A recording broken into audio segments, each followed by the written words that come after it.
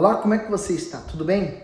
Nós estamos aqui seguindo firme e forte nessa meditação da Bíblia em ordem cronológica. Você tem gostado desse conteúdo? Não esqueça de dar o seu gosto, partilhar o vídeo. Hoje nós começamos o capítulo 19. Nós temos tentado aprofundar bastante no Apocalipse, e naquilo que está escrito. E eu sugiro que você não fique apenas nos vídeos, que você pause, você leia, você medite. Há muito mais coisas que eu poderia falar, mas o vídeo ficaria extremamente longo, eu nunca mais acabaria. Mas o livro do Apocalipse é o livro dos servos, é o livro dos salvos, O Senhor deixou ele para nós, para que ele seja como se fosse uma esperança. A esperança para aqueles que têm a salvação em Jesus. Então, quando nós olhamos para o Apocalipse, nós podemos vislumbrar o nosso futuro. Aquilo que o olho não viu, aquilo que não penetrou no coração humano, que não chegou ao nosso ouvido, mas que o Senhor Jesus tem preparado para nós. Isso o Apocalipse nos traz. Mas também é um livro que pode trazer a repreensão e levar ao juízo aqueles que estão perdidos. Por isso, ele é um livro que traz uma bênção. Capítulo 19, hoje eu vou ler do 1 ao 6 e vamos fazer os comentários, como sempre, começamos com a oração. Ó Deus, que possamos ver o sobrenatural, que possamos viver aqui nesse mundo, mas não agarrado a ele, mas aguardando essa cidade, a nova Jerusalém, que há de descer dos céus e em que nós estaremos juntos. Meu Deus, louvado seja o teu nome por esse livro e por essa pessoa que está agora acompanhando conosco essa meditação. Que o Senhor a faça vencer e a prospere em tudo que ela fizer. Que assim seja. Apocalipse, versículo 1 do capítulo 19. E depois destas coisas, ouvi no céu uma grande voz de uma grande multidão que dizia: Aleluia! A salvação e a glória e a honra e o poder pertence ao Senhor nosso Deus, porque verdadeiros e justos são os seus juízos, pois julgou a grande prostituta que havia corrompido a terra com a sua fornicação, e das mãos dela vingou o sangue dos seus servos. E outra vez disseram: Aleluia! E a fumaça dela sobe para todo sempre. E os 24 anciãos e os 4 animais prostraram-se e adoraram a Deus que estava sentado no trono, dizendo: Amém, Aleluia. E saiu uma voz do trono que dizia: Louvai o nosso Deus, vós, todos os seus servos, e vós que o temeis, assim pequenos como grandes. E ouvi como uma voz de uma grande multidão, e como que a voz de muitas águas, e como que a voz de grandes trovões, que dizia: Aleluia, pois já o Senhor Deus Todo-Poderoso reina. O comentário que vai do 1 ao 6, depois dessas coisas, aqui temos um grande contraste com o capítulo anterior, isto é, enquanto na terra a grande Babilônia está sendo julgada por Deus e sofrendo o justo castigo no céu, a igreja, representada pelos 24 anciãos e os que passaram pela grande tribulação e venceram seus desafios, irrompem em gozo e alegria por verem a justiça divina prevalecer contra aqueles que se opuseram ao Criador. As 4 vezes que a palavra aleluia é proferida, refletem a excelsa alegria daqueles que veem o julgamento de Deus ser executado. Nós vimos no capítulo anterior, no versículo 20 especialmente, que Deus havia julgado a grande prostituta. Então, essa exortação é agora atendida de forma magnífica no céu, pois a grande Babilônia, que inclui tanto a falsa igreja, ou seja, a prostituta, quanto o sistema mundial babilônico anticristão, agora caiu, foi destruída. Os habitantes do céu irrompem num júbilo nunca antes ouvido, repetindo 4 aleluias. Partindo do Apocalipse no versículo 1, vemos novamente em primeiro lugar a sequência cronológica dos acontecimentos dos tempos finais, das quais aqui também está escrita a palavra depois. Então, nós vemos uma sequência de ações que vão acontecendo e eventos que vão acontecendo e sempre começa depois destas coisas, né? Que contraste existe entre o capítulo 18 e 19? No capítulo 18, ouvimos um triplo lamento funeral, lembra? Como um triplo pranto. Os reis, lá no versículo 9, os negociantes, no versículo 11, os homens do mar, no versículo 17 e 19, choravam, lamentavam e gritavam. Já no capítulo 19, ouvimos um tríplice júbilo de grande multidão, como vemos no versículo 1, dos 24 anciãos e dos 4 seres viventes em volta do trono.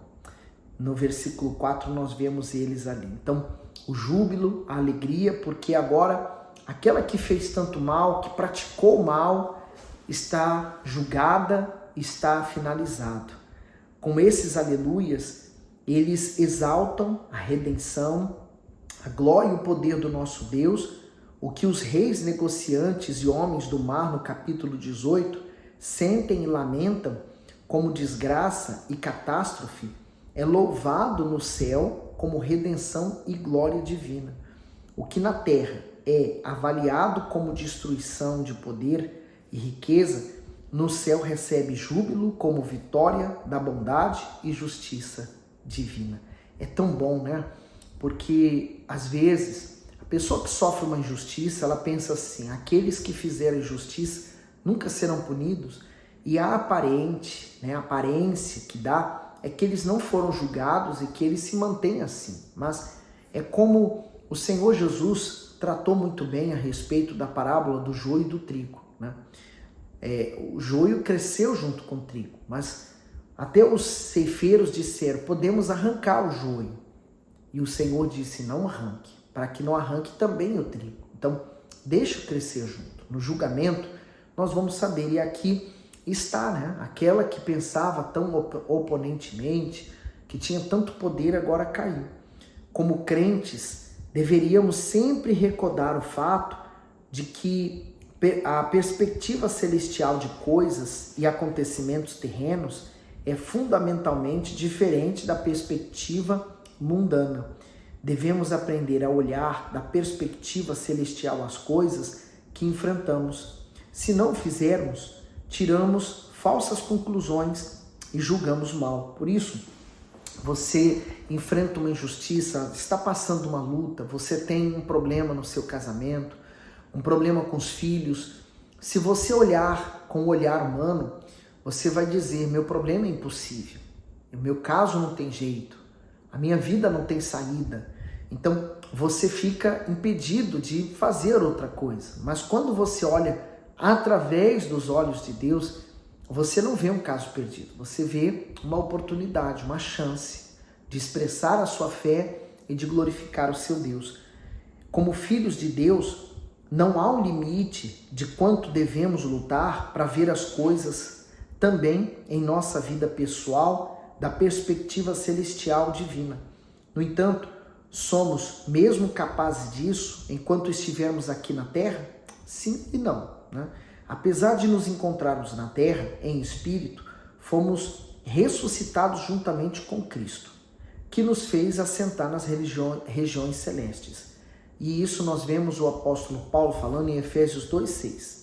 E nos ressuscitou juntamente com ele e nos fez assentar nos lugares celestiais em Cristo Jesus. Nós podemos já desfrutar disso hoje quando nós aplicamos a nossa fé a ouvir a Deus e trazer para dentro de nós o reino de Deus. Agora Apocalipse 19:2 diz assim: porque verdadeiros e justos são os seus juízos, pois julgou a grande prostituta que havia corrompido a terra com a sua fornicação, e das mãos dela vingou o sangue dos seus servos. Por isso que a vingança, ela pertence a Deus e não a nós. Não devemos nos vingar de ninguém. A destruição da Babilônia será uma resplandecente revelação da verdade e justiça do domínio de Deus. Em sentido figurado, na cruz do Gólgota, ou seja, na perspectiva inversa, lá onde aconteceu a maior injustiça de todos os tempos, quando se zombou do Senhor, da glória, a ele foi crucificado, a justiça de Deus foi plenamente satisfeita. Então, o Senhor Jesus já havia executado esse primeiro juízo. Também isso a nós, que somos crentes, devemos tomar pessoalmente. Quando sofremos injustiças, é aplicada sobre nós a justiça de Deus, o Gólgota. Quando temos essa visão das coisas, ficamos tranquilos e alegres. Então sabemos que estamos nas mãos de Deus e que todas as coisas cooperam para o nosso bem.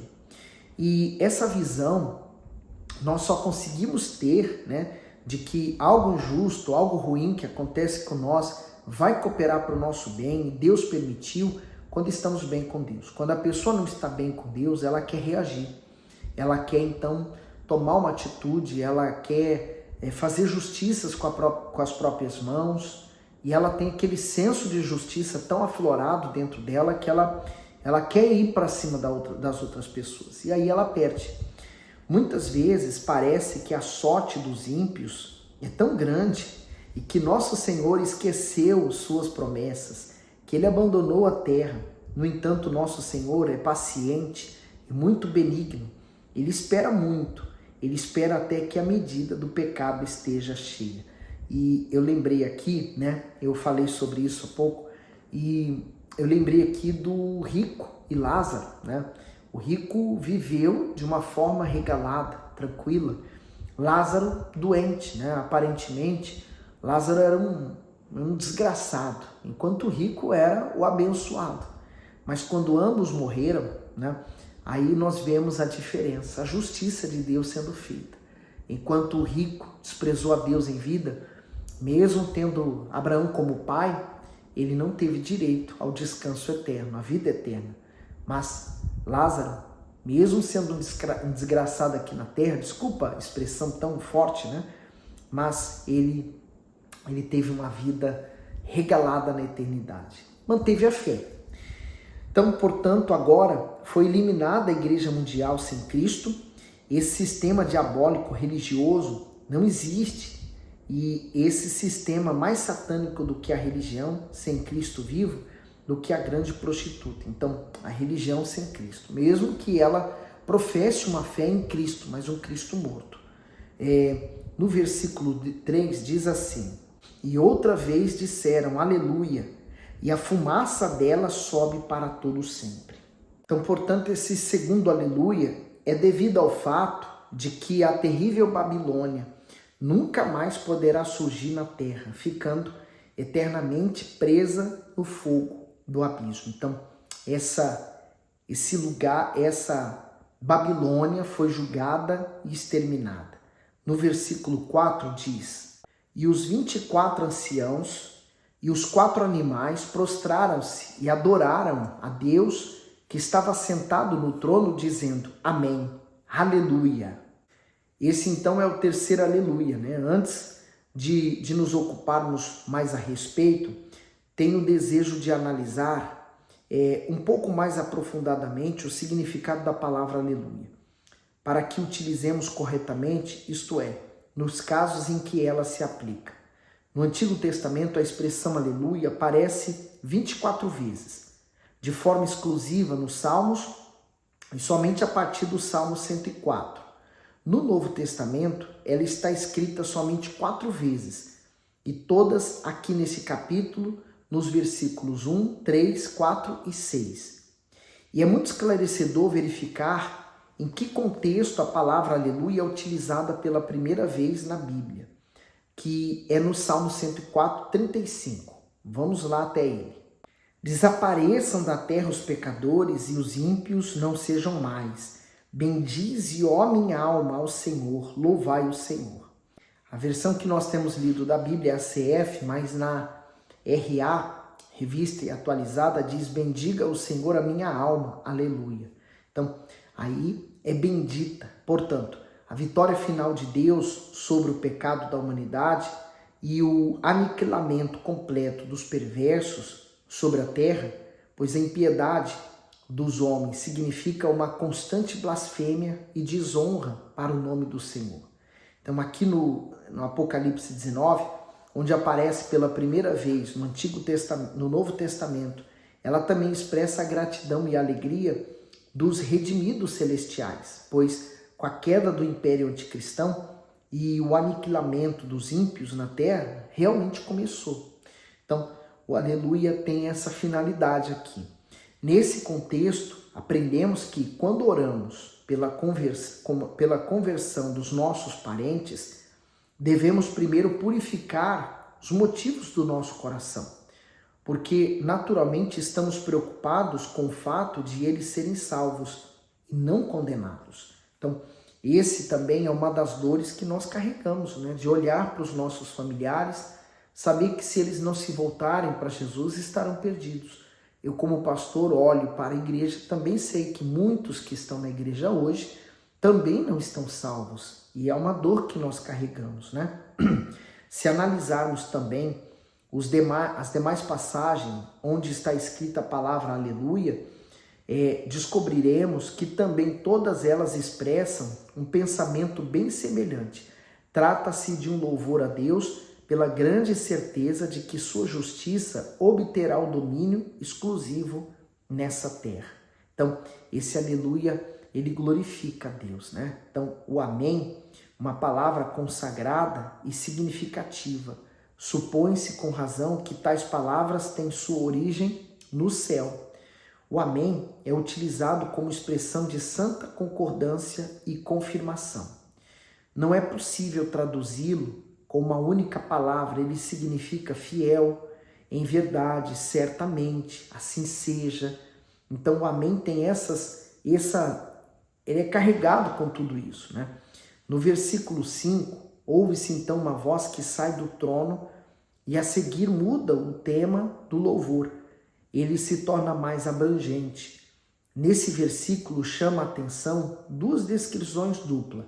Louvem o nosso Deus, todos vocês, seus servos, vocês que o temem, tanto pequenos como grandes, todos vocês, seus servos, vocês que o temem, isto é, uma avaliação da espiritualidade, tanto pequenos como grandes e seu grau de crescimento. Então, todos estão envolvidos nesse louvor, porque a alegria, o gozo é divinal.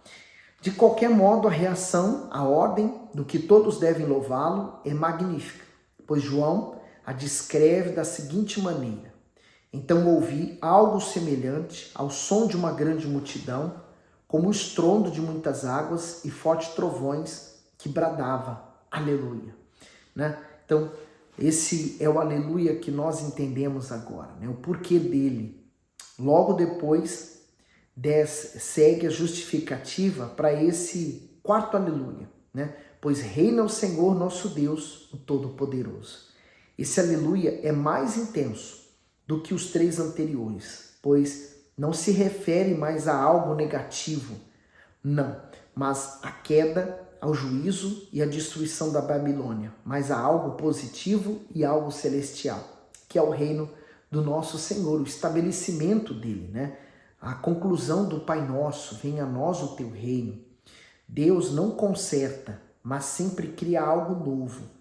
Isso também vale para a nossa vida. Se você é atingido pela palavra de Deus, talvez pense, de agora em diante tudo deve melhorar. Vou me controlar mais. Você deseja restaurar, revisar, polir, porém Deus nunca faz isso. A Escritura diz assim, 2 Coríntios 5:17. Assim que se alguém está em Cristo, nova criatura é. As coisas velhas já passaram, eis que tudo se fez novo. E aqui está bem claro, expresso, a vontade de Deus para quem se volta para Ele, fazer tudo novo.